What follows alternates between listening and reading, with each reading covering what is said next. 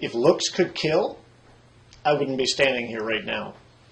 Several years ago, and I mean several years ago, when Caitlin was just a little girl, Lynn and I decided to be very proactive and begin to teach her about appropriate and inappropriate touch.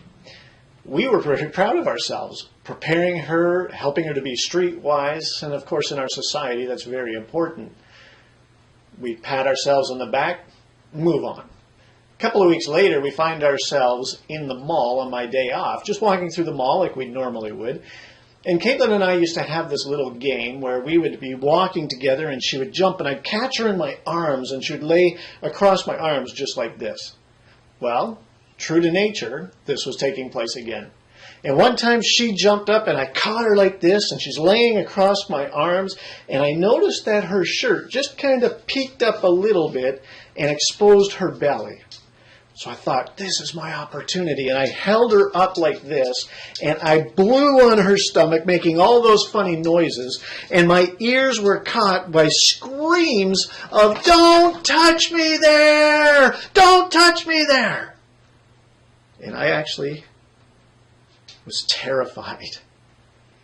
And I froze for a moment, and I thought to myself, I can feel the sting of darts. And I looked up to the steely eyes of many women who stopped dead in their tracks at the cries of my child screaming, "Don't touch me there." And I found myself terrified. And I carefully and gently set Caitlin down and sheepishly walked past the women and found Lynn and shared that experience with her.